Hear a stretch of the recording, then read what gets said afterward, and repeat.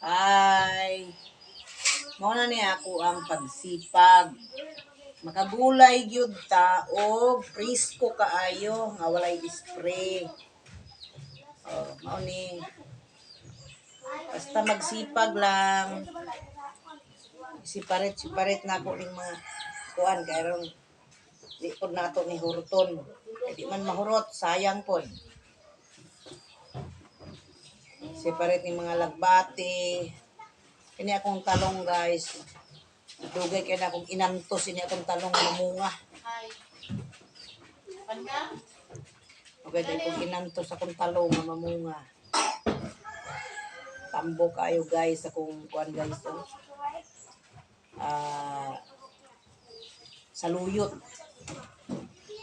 Wa na hurot.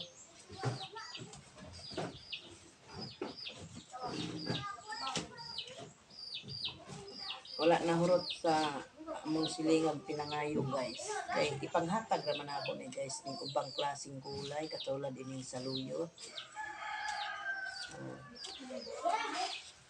Mao na pinaka lami sa isa ka panimalay nga mukaon jud tag gulay.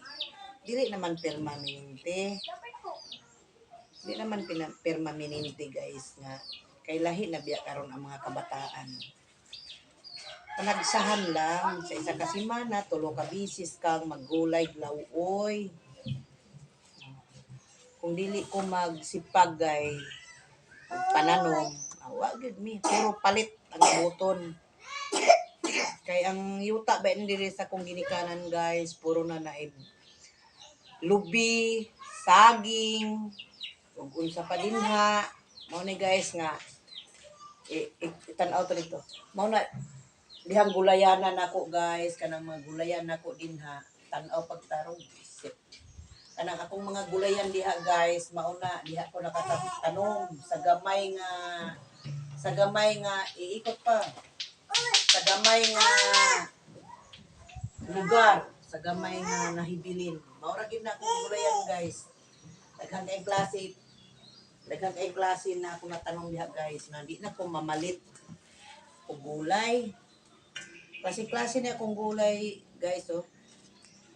Fresh pagid kaayo. Mao na siya guys.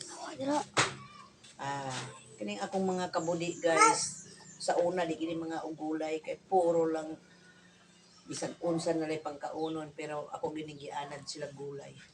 Naka-harvest ko 4 na kamatis. Ito dami talaga to doon guys, diyan sa baba. Isa lang ang kinuha ko. Awa nang masayang lang. Itong mga talong ko, kahapon ng umaga ko to hinarvest. Tapos ito ang ngayon. Ang iba nito, prito. Ang dalawa, ilauoy. Ito, prito ko ng mantika. Ito naman, lagyan ko ng itlog. 5 piraso. Okay guys. May buntag na sa inyo guys. Salamat. Salamat kaayo.